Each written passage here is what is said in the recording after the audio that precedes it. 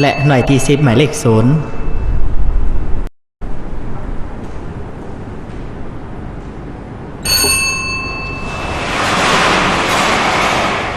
การบรรจุหน่วยบานเข้าใส่หน่วยตุ้มทั้ง6หน่วยตุ้มก็ได้ครบหน่วยตุ้มละ10หน่วยบานเป็นที่เรียบร้อยต่อไปพนักงานออกเลขรางวัลจะได้ทำการหมุนหน่วยตุ้มทั้ง6หน่วยตุ้มไปพร้อมๆกันเป็นครั้งที่1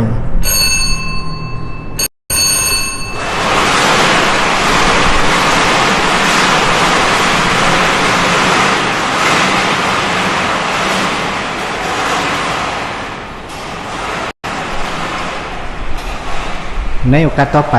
ขอเรียนเชิญคณะกรรมการคุ้มครองการออกเลขรางวัลได้ให้เกียรติขึ้นไปประจำหน้าที่อยู่แต่ละหน่วยตุ้มนำพนักงานออกเลขรางวัลมีคือดังนี้1ขอเรียนเชิญคณะกรรมการผู้ต่างหน้าจากห้องว่าการสำนักงานนายกรัฐมนตรี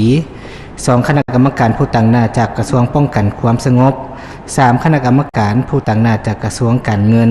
4คณะกรรมการผู้ต่างหน้าจากห้องว่าการสภาแห่งชาติ5คณะกรรมการผู้ต่างหน้าจากกระทรวงยุติธรรมและ6คณะกรรมการผู้ต่างหน้าจากศูนย์กลางแนวล้าวสร้างชาติขอเรียนเชิญคณะกรรมการคุ้มครองการออกเลขรางวัลจาก6ภาคส่วนจะได้ขึ้นไปประจำหน้าที่อยู่แต่ละหน่วยตุ้มนำพนักงานออกเลขรางวัลเพื่อความดำเนินกิจกรรมการออกเลขรางวัลกดเสียงให้หน่วยบานตกลงมาสู่บนห้องหับทางด้านนอกหน่วยตุ้มละ1หน่วยบาน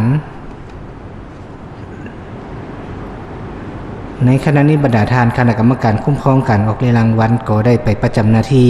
อยู่แต่ละหน่วยตุ้มนำพนักงานออกเลขรางวัลเป็นที่เรียบร้อยต่อไปพนักงานออกเลขรางวัลจะทำการหมุนหน่วยตุ้มทั้ง6หน่วยตุ้มไปพร้อมๆกันเป็นครั้งที่2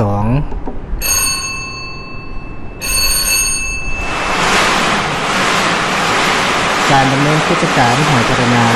ก็เพื่อเป็นการพักผ่อนบนอารมณ์ของผู้ที่มักเสี่ยงโชคเสี่ยงรางวัลเป็นการสร้างอาชีพเสริมสร้างยอดเงินทำและสร้างรายได้ให้แก่ผู้ขายหวยสร้างรายรับเข้าในประมาณของรัฐด้วยการเก็บเอาเงินสดส่วนหนึ่งที่หมุนเวียนในท้องตลาดคืนเข้าสู่ระบบการเงินธนาคารเคียงคู่กับการประกอบส่วนช่วยเหลือสังคมและอีกด้านหนึ่งก็เพื่อลดพ้นการพนันต่างๆที่บ่ถูกต้องตามระเบียบกฎหมายในโอกาสต่อไปขอเรียนเชิญคณะกรรมการได้กดเสียงให้หน่วยบานตกลงมาสู่บนห้องหับทางด้านนอกหน่วยตุ้มละ1หน่วยบานขอเรียนเชิญ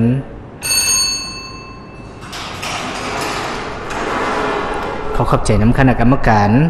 ลำดับต่อไปพนักงานออกเลขรางวัลจะได้ถือคันขึ้นไปหับเอาหน่วยบานที่ตกลงมาสู่บนห้องหับทางด้านนอกเพื่อนำไปบรรจุร่วมกันใส่อุปกรณ์วงกลม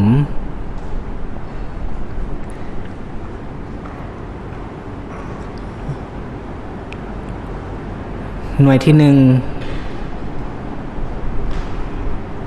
หน่วยที่2หน่วยที่3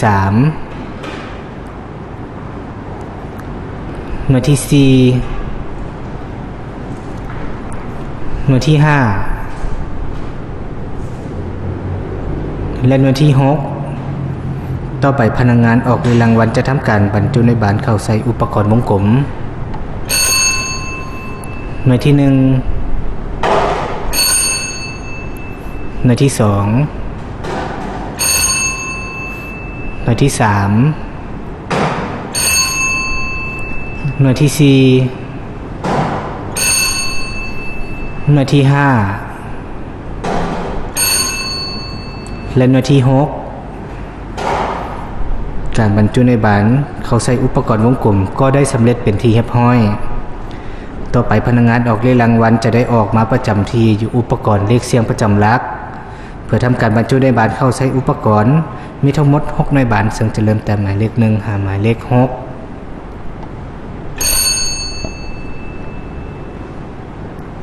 หน่วยที่1หมายเลข1ห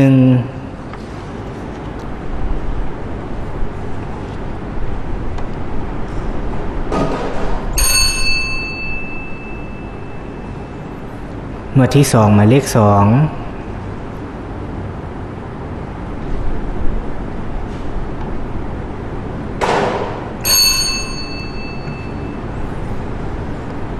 ห หน่วยที่3หมายเลข3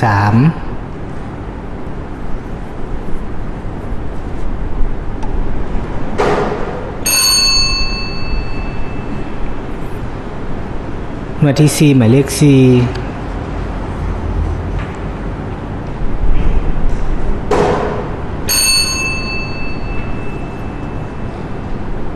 หน่วยที่5หมายเลข5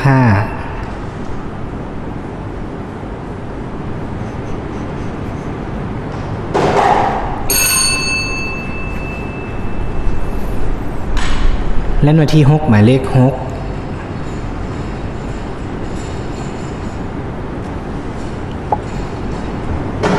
การบรรจุในบานหมายเลขเสียงประจำหลักเข้าใส่อุปกรณ์ก็ได้สำเร็จเป็นที่เรียบร้อยในโอกาสต่อไปขอเรียนเชิญคณะกรรมการผู้ต่างหน้าจากกระทรวงวัฒนธรรมและการท่องเที่ยวได้ให้เกียรติขึ้นไปประจำหน้าที่อยู่อุปกรณ์เลขเสียงประจำหลักขอเรียนเชิญ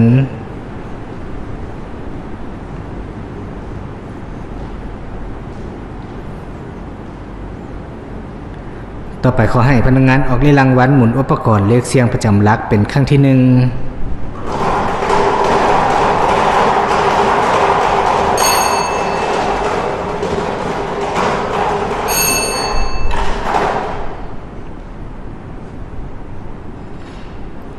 หน่วยบานหมายเลขเสียงประจำหลักครั้งที่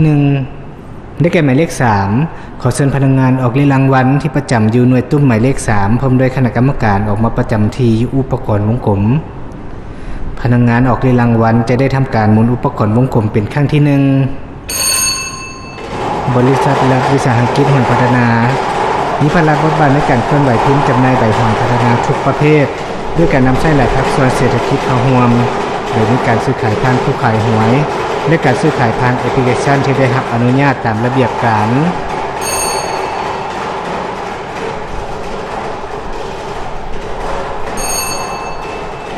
เขาขอบใจน้ำคณะกรรมการขอให้พนักงานออกเลขรางวัลจับเอาหน่วยบานและนำไปวางไว้อยู่บนห้องหับอยู่ที่ตำแหน่งหลักพันต่อไปขอให้พนักงานออกเลขรางวัลหมุนอุปกรณ์เลขเสียงประจำหลักเป็นครั้งที่2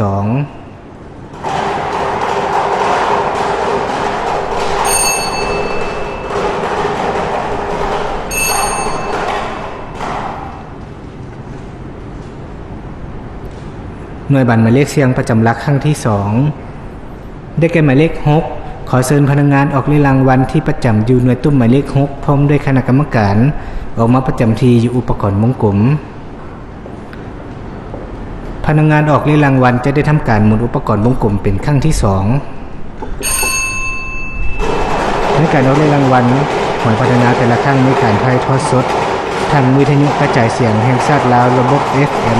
103.7 เมกะเฮิรตซ์ทางโทรภาพแห่งชาติลาวและทางเพจ Facebook ลาวลอตเตอรี่ไลฟ์ซึ่งจะเริ่มเวลา 3 โมงเป็นต้นไป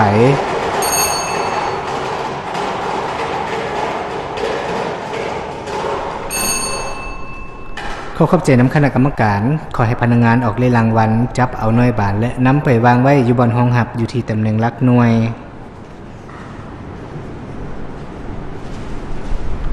ต่อไปขอให้พนักงานออกเลขรางวัลหมุนอุปกรณ์เลขเสียงประจำหลักเป็นครั้งที่3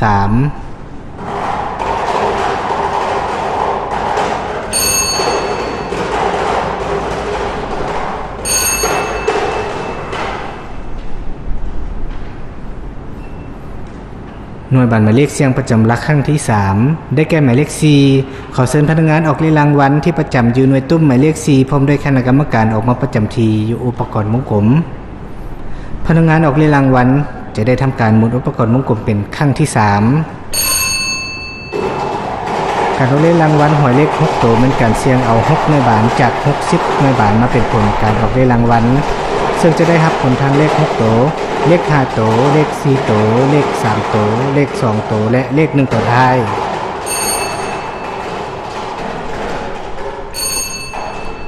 ขอขอบใจน้ำคณะกรรมการขอให้พนักงานออกเลขรางวัลจับเอาหน่วยบานและนำไปวางไว้อยู่บนห้องหับอยู่ที่ตำแหน่งหลักห้อยต่อไปขอให้พนักงานออกเลขรางวัลบนอุปกรณ์เลขเสียงประจำหลักเป็นครั้งที่4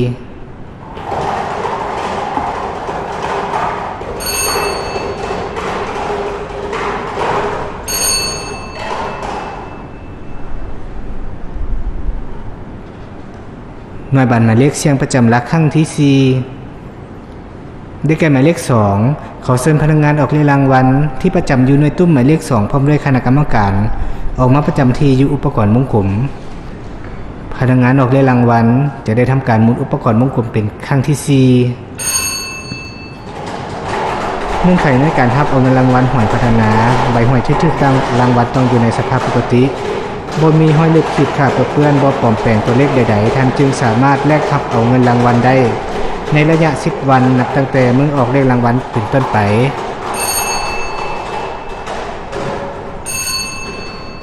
ขอขอบใจน้ำคณะกรรมการขอให้พนักงานออกเลขรางวัลจับเอาหน่วยบาทและนำไปวางไว้อยู่บนห้องหับอยู่ที่ตำแหน่งหลักหมื่น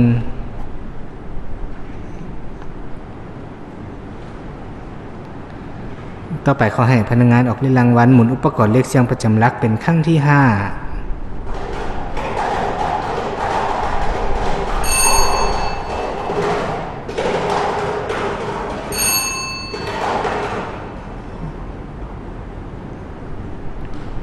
หน่วยบัตรหมายเลขเสียงประจำหลักครั้งที่5ได้แก่หมายเลข5ขอเชิญพนักงานออกเลขรางวัลที่ประจำอยู่หน่วยตุ้มหมายเลข5พร้อมด้วยคณะกรรมการออกมาประจำที่อยู่อุปกรณ์วงกลมพนักงานออกเลขรางวัลจะได้ทำการหมุนอุปกรณ์วงกลมเป็นครั้งที่5การจัดตั้งการออกเลขรางวัลหวยพัฒนาแม่นรวมศูนย์อยู่บ่อนเดียวที่สำนักงานใหญ่ของบริษัทรัฐวิสาหกิจหวยพัฒนาจะนำใช้ผลการออกเลขรางวัลเป็นเอกภาพกันในขอบเขตทั่วประเทศมีจุดประสงค์ให้ประชาชนได้ผ่อนคลายอารมณ์ในการเสี่ยงโชคชิงรางวัลด้วยความสมัครใจเท่านั้น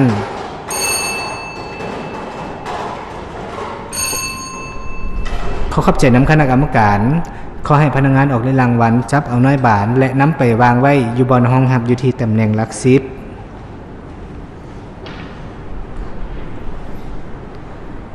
และต่อไปขอเรียนเชิญคณะกรรมการเสี่ยงหน่วยบาทหมายเลขประจำหลักเป็นครั้งที่6ขอเรียนเชิญ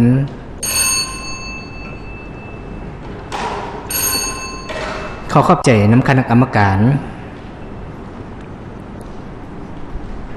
หน่วยบัตรหมายเลขเสียงประจำหลักครั้งที่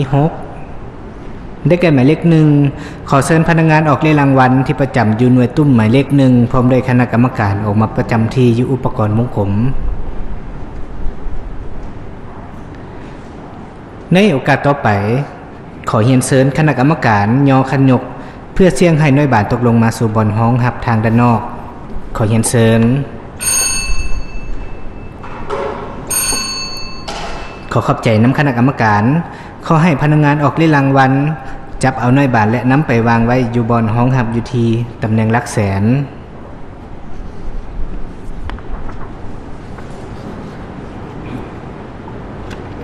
ขณะนี้หน่วยบาททั้ง6หน่วยบาทก็ได้ถูกนำไปวางไว้อยู่บนห้องหับตามตำแหน่งที่จกเสียงได้เป็นที่เรียบร้อยต่อไปขอพนักงานออกเลขรางวัลได้จับเอาหน่วยบาทและทำการขายหน่วยบาทเพื่อเสนอผลการออกเลขรางวัลอย่างเป็นทางการ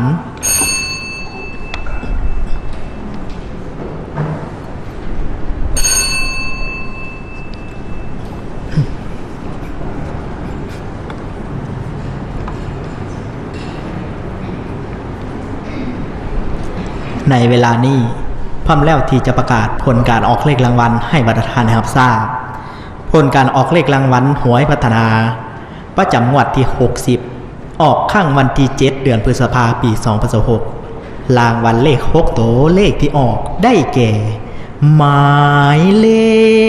ข46970469700เลข5ตัวได้แก่หมายเลข69700699700เลข4ตัวได้แก่หมายเลข97009700เลข3ตัวได้แก่หมายเลข700700เลข2ตัวได้แก่หมายเลข0000และเลข1ตัวท้ายได้แก่หมายเลข0หมายเลข0